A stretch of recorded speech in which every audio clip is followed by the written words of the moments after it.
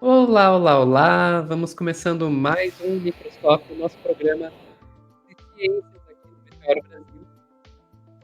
Hoje a gente vai trazer aqui para conversar com a gente o Nathan Fetter, que é educador físico e hoje é pesquisador na Universidade Sul da Califórnia, para a gente conversar um pouquinho sobre Covid longa, né?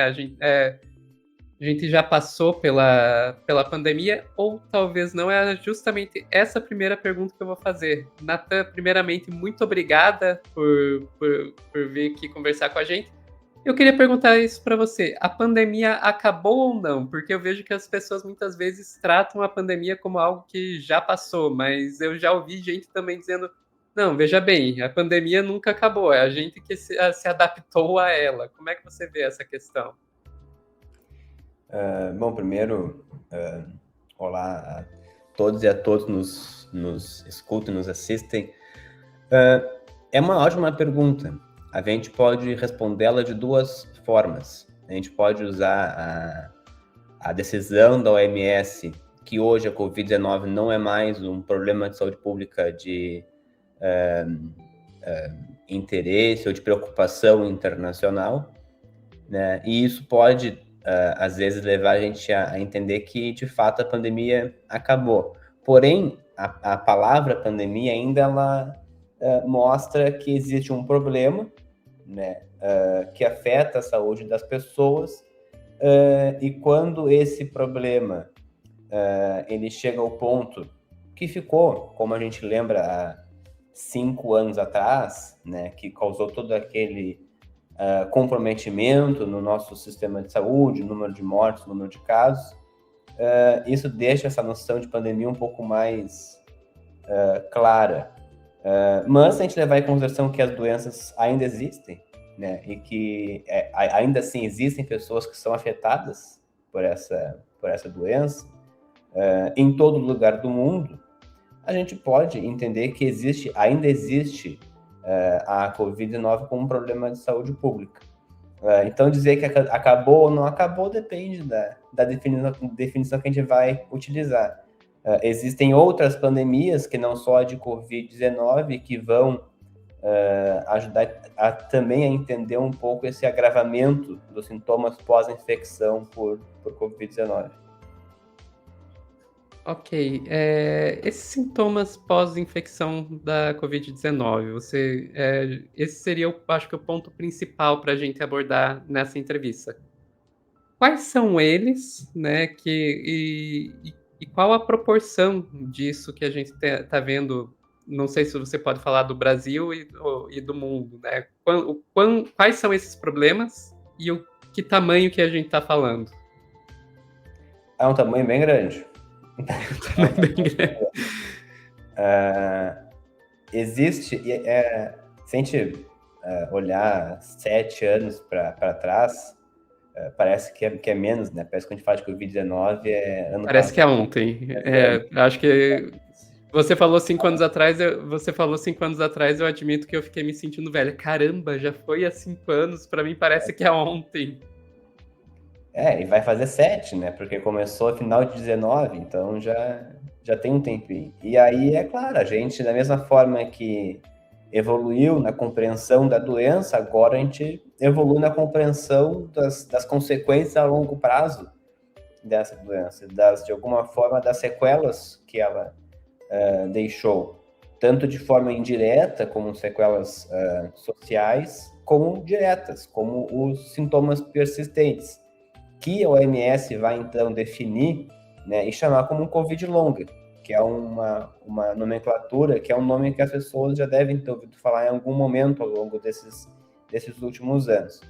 Como definição, a Covid longa ela é qualquer sintoma persistente por no mínimo 3 meses, que não podem ser explicados por outra doença que não a Covid-19.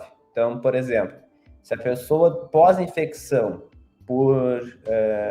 pelo vírus da Covid-19, ela permaneceu com tosse, ela notou que ela teve um prejuízo na cognição, ela notou que ela não tem a mesma sensibilidade de olfato e paladar que ela tinha antes, e esses sintomas eles persistiram por no mínimo 3 meses, e é importante que esses esses sintomas eles podem aparecer, cessar e retornar. Né? Então, se ao longo de 3 meses pós-infecção a pessoa notou ainda a persistência desses sintomas, isso é um caso de Covid longa. Os sintomas mais comuns que a gente tem no mundo, incluindo o Brasil, é fadiga, isso que a gente chama de névoa cerebral, uma espécie de confusão, um prejuízo, especialmente em relação à atenção. Existem sintomas também como perda de cabelo, dor de cabeça, uma persistente perda de olfato e paladar. Esses são alguns dos sintomas mais comuns, mas especialmente a fadiga e essa névoa cerebral são sintomas que ocorrem com maior frequência no Brasil e também em outros lugares do mundo. Estima-se, e aí depende muito da definição que a gente vai utilizar e como vai definir essa Covid longa, mas a estimativa é de que 4 em cada 10, ou mesmo 50% das pessoas que tiveram diagnóstico de Covid-19 apresentem esses sintomas persistentes. Então, ela é uma prevalência extremamente alta. A gente está falando Sim, é bastante gente. Uma doença que afetou boa parte da população brasileira. Então, existem ainda pessoas que estão sofrendo. Por isso que essa noção de que talvez a pandemia ainda não acabou, né, a Covid longa ajude a entender por que existe essa percepção. Porque, de fato, as consequências da pandemia ainda não acabaram, né? Tanto sociais como médicas, como clínicas. Você colocou uma lista bem ampla aí, né? Desde a tosse, aquela névoa mental, que a gente já ouve falar bastante, mas você falou até de perda de cabelo. A gente tem a ciência já tem noção dos mecanismos pelos quais essa Covid longa acontece, ou isso é uma coisa que a gente ainda vai ter que estudar muito para entender? A gente ainda está estudando e vai ter que estudar um pouquinho mais. Existem alguns indicadores, existem resultados promissores, mas ainda preliminares de o que pode estar causando, né, esses sintomas. Mas ainda não existe uma definição muito clara. E é importante a gente entender os mecanismos, porque é entendendo os mecanismos que a gente vai conseguir atuar na cura, né, desses sintomas. É importante salientar que não tem cura para a Covid longa, e uma das razões é justamente isso, a gente não sabe os mecanismos que levam para essa síndrome. Então, a ciência ainda está evoluindo, tanto na identificação de por que ocorre, como que ocorre, e também como tratar, como ter a cura desses sintomas. Perfeito.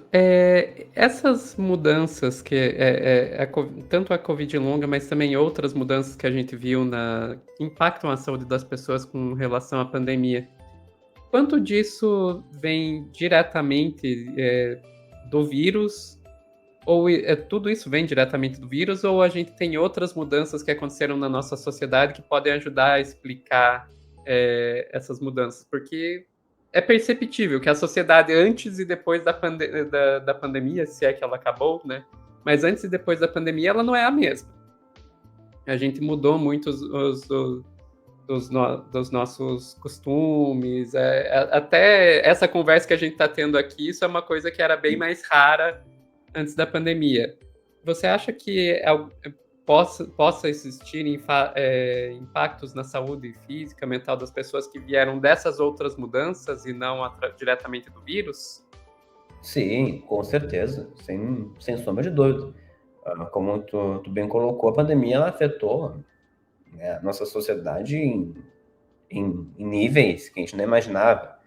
Né? A gente talvez antecipasse que isso fosse acontecer, mas não na nossa geração. Então, de fato, existem efeitos indiretos da pandemia que é muito difícil a gente conseguir separar, a gente conseguir isolar eles e analisar somente um aspecto biológico da Covid-19. Um exemplo muito bom é os níveis de depressão e ansiedade, né, que aumentaram de forma extremamente relevante e preocupante ao longo da pandemia. E a gente sabe que sintomas de depressão e ansiedade estão ligados também com uma pior percepção da função cognitiva. Então, do mesmo ponto que existe um efeito direto, da infecção pelo vírus que causa a Covid-19 com uma piora da função cognitiva, existe uma parte desse efeito que ele também é causado por mudanças sociais, comportamentais da sociedade durante esse processo. E ainda, além de tudo isso, existem mudanças aí na sociedade que estão ocorrendo que ajudam a agravar esses sintomas. A própria mudança climática é algo que vem, que piora, que aumenta a frequência desses sintomas, por exemplo, de depressão e ansiedade, que podem estar ligados a uma pior percepção cognitiva em pessoas que já têm uma pior função cognitiva por causa da pandemia. Então, usando ainda a primeira pergunta, são diversas pandemias que vão se entrelaçando, né, e que ajudam a explicar um pouco também essa mudança no perfil. É uma crise em cima da outra, né? A gente nem superou a primeira, já vem a segunda, a terceira. Agora, você tocou aí nas mudanças climáticas, me deu um estalo aqui, eu fiquei pensando. A gente viu na pandemia muito negacionismo da ciência, né? Muita gente inventando cura, e que infelizmente foi até reforçado por políticos e tudo mais. E a gente vê a mesma coisa com relação à mudança climática, né? Que também enrola esse negacionismo. Você acha que na Covid longa existe alguma forma de negacionismo também? Ou as pessoas aceitam que isso acontece? Existe forma de negacionismo em todos os aspectos, né, sobre todos os assuntos.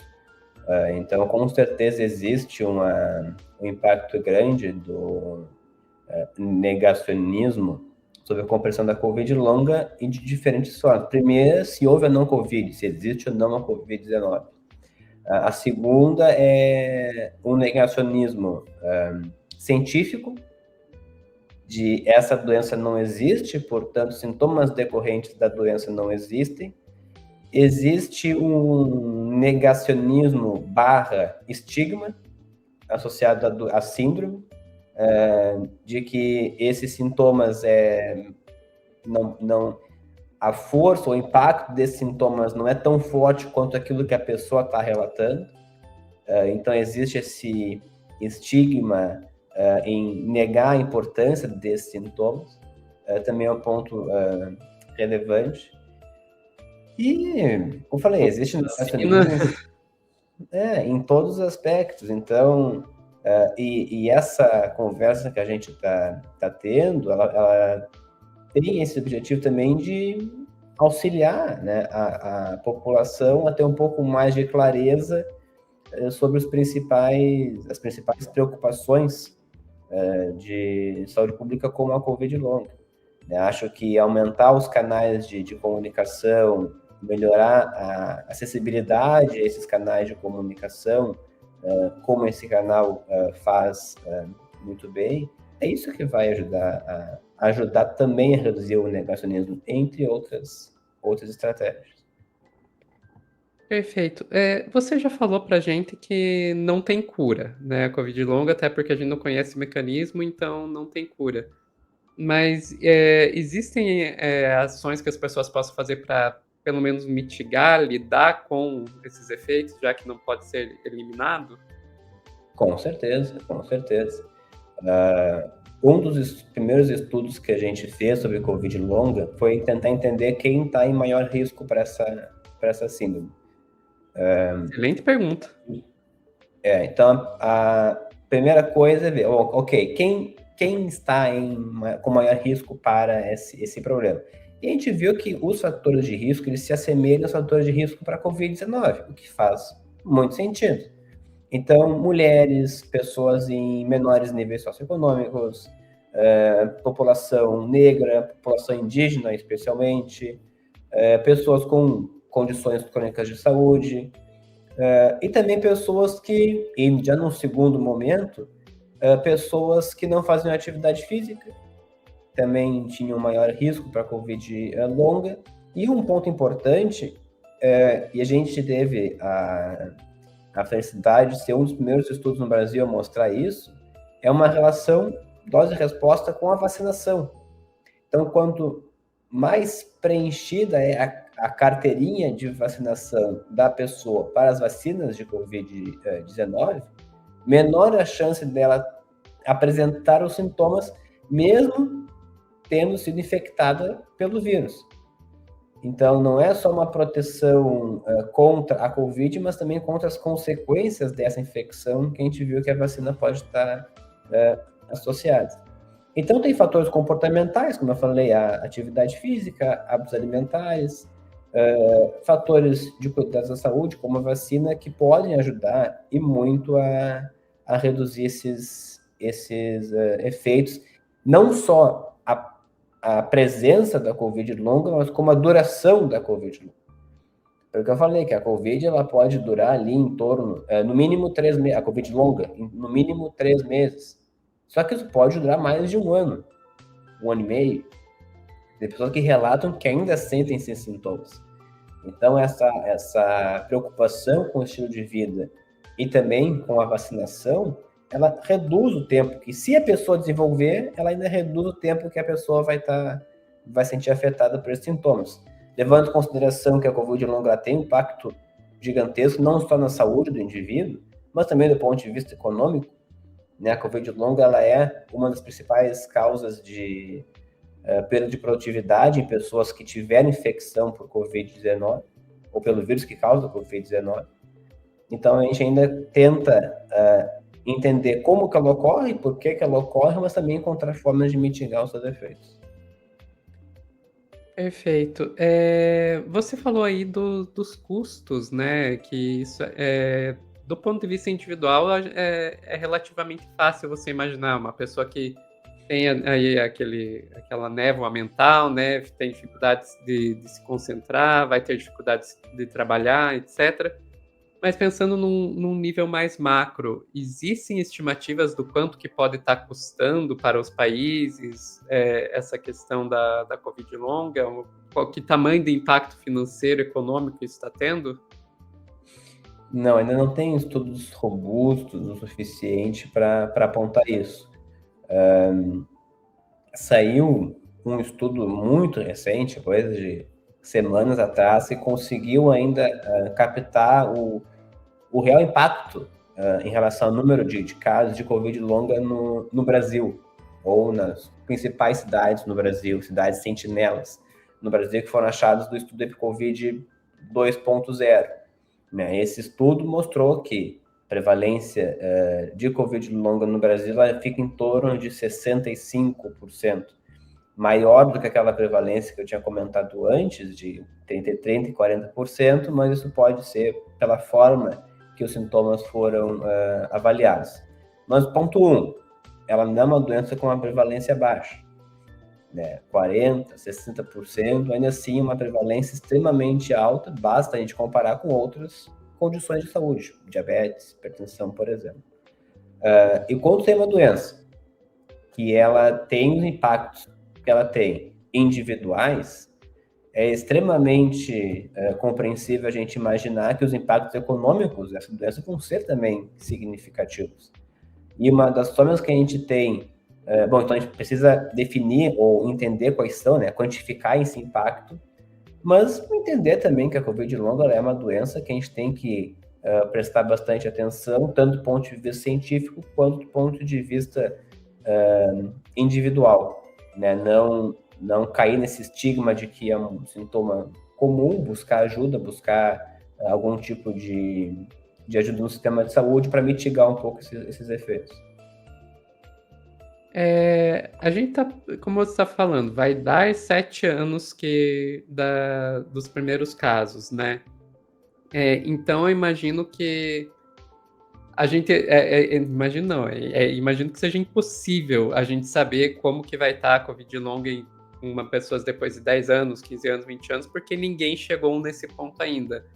Mas a gente tem alguma ideia da evolução dentro desses 6, 7 anos que a gente tem, de como é a evolução da Covid longa, se ela tende a amenizar com o tempo, se ela se mantém, se pode desaparecer espontaneamente ou não, ela fica crônica? É muito difícil ela desaparecer porque a Covid-19 ainda está aí. Ela está num nível endêmico hoje, como se ela fosse uma pandemia adormecida. Então, aquele pico de casos que a gente viu lá em 2020, 2021, eles já não existem mais naqueles níveis, mas os casos ainda existem.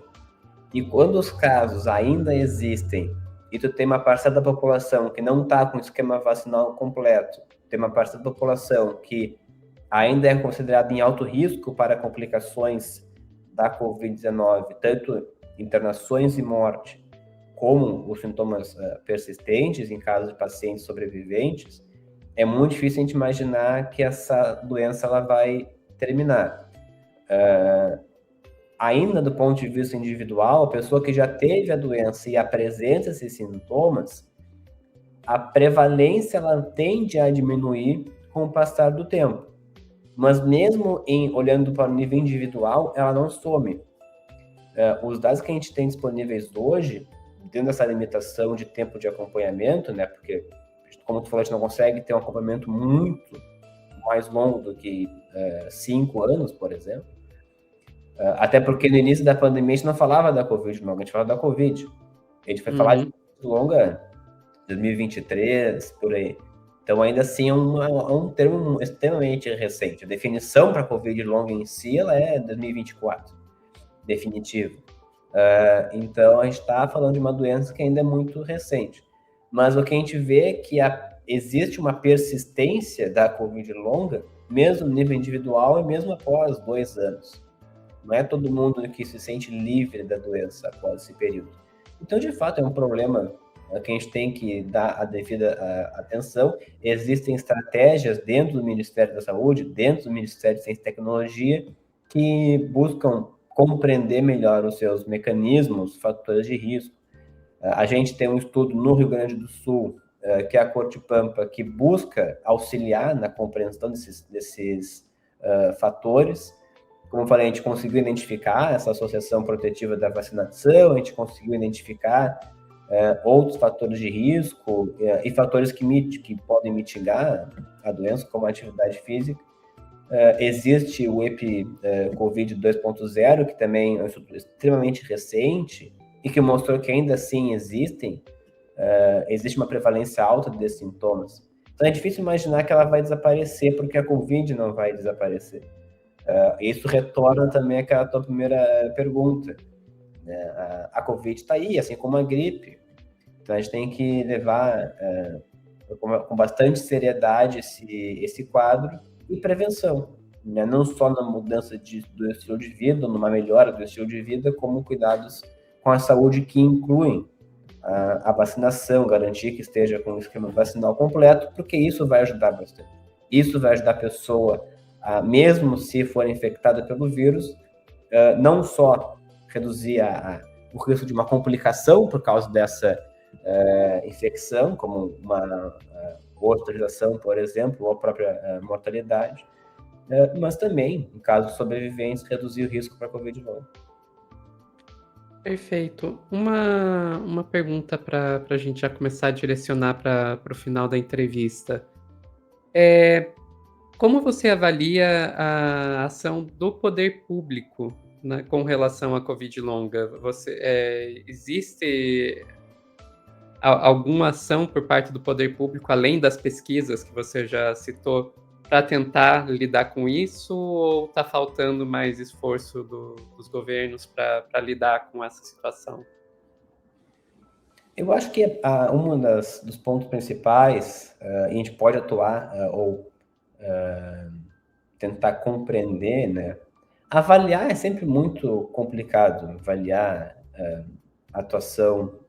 Políticas públicas, né? É algo extremamente complexo, mas a gente pode analisar isso pela parte da pesquisa. Então, existe sim um interesse dentro dos Ministérios da Saúde e da Ciência e Tecnologia em entender melhor a Covid longa. Dentro do Ministério da Saúde, a gente pode entender que as campanhas de vacinação, incluindo para a Covid-19, elas atuam também como um meio de reduzir né, esses sintomas, mas eu acredito que a gente ainda precisa discutir um pouco mais sobre ela, especialmente nos impactos diretos e indiretos que ela tem, como, por exemplo, na produtividade. Só que para discutir esses aspectos, para discutir as consequências dessa doença, a gente tem que talvez melhorar um pouco a compreensão da população sobre o que é a doença. Acho que esse é um passinho antes que a gente tem que dar, de certa forma, garantir que essa compreensão, tanto da definição como das consequências, seja algo bem disseminado, e a partir disso a gente pode então começar a traçar estratégias para reduzir, porque existe muito estigma, tanto da própria, tanto de esse sintoma não é tudo isso, não é algo que deve se levar em consideração, algo que tu deve buscar uma assistência médica para tentar entender. Então esse é o primeiro ponto, entender que existe essa doença e como qualquer sintoma a gente tem que buscar auxílio médico, assistência médica para entender a causa desses sintomas e como melhorar a nossa qualidade de vida.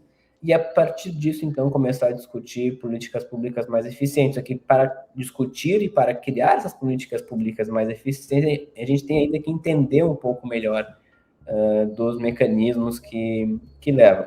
Como eu falei, fatores de risco para a Covid longa são boa parte semelhantes aos fatores de risco para a Covid-19, e acho que existe sim, então, uma tentativa do poder público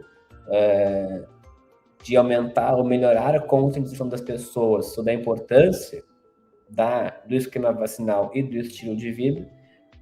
Do ponto de vista específico para cada fator de risco, existem sim muitas coisas a melhorar, mas acho que a gente tem que entender melhor os mecanismos, o que está causando, quem está em maior risco, para então que a gente consiga então estruturar políticas públicas eficientes e aí entender melhor quais são os efeitos, né, avaliar essas políticas públicas a partir depois da sua criação. Ou seja, aquela velha máxima de precisamos de mais pesquisas, precisamos de mais investimento em ciência, continua valendo nesse caso, né? Sim, existem alguns grupos no Brasil que são bastante interessados nisso, e acho que é algo que a gente vai discutir ainda por muito mais tempo. Esse ano, não no Brasil, mas aqui nos Estados Unidos, que tem um ensaio clínico, um estudo experimental, que então ele busca desenvolver um medicamento para curar, né, a Covid longa, então é algo ainda em estágio inicial, mesmo em países desenvolvidos, como aqui nos Estados Unidos. Então, acho que a gente, do ponto de vista do Brasil, a gente tá caminhando para uma melhor compreensão. Mas, como tudo bem colocou, tudo depende de investimento em saúde e tecnologia, em ciência e tecnologia, mas eu acho que existe também esse ponto importante, eu vou reforçar ele, essa melhor compreensão da população sobre a doença. Acho que isso é importante. Existe esse negligenciamento do próprio indivíduo muito pela falta de informação, né? E as pessoas acham que não é nada, que é só uma dor de cabeça, ou que é normal não conseguir se concentrar, mas melhorar essa conscientização a nível individual na sociedade acho que é importante. Perfeito. Eram essas as perguntas que eu tinha para você. Tem alguma coisa que eu não perguntei que você acha que seria importante adicionar? Não, acho que é isso aí. Acho que a gente conseguiu resumir de uma forma bem interessante e dizer que a gente está tentando auxiliar nessa melhor compreensão. Existem estudos que a gente está conduzindo e espero voltar aqui outro dia para compartilhar esses resultados também. Perfeito, você tem meu WhatsApp. Você tem meu WhatsApp para me contar quando você tiver novidades para trazer para a gente. Muito obrigado então, Nathan. Por hoje vamos ficando por aqui. Vou te tirar rapidinho só para encerrar aqui o nosso programa. E muito obrigado também para você que assistiu a gente aqui até o final. Podem deixar nos comentários aqui o que vocês acharam dessa conversa e também dizer pra gente que outros temas vocês gostariam de ver abordados aqui no nosso programa. E é isso. Tchau, tchau.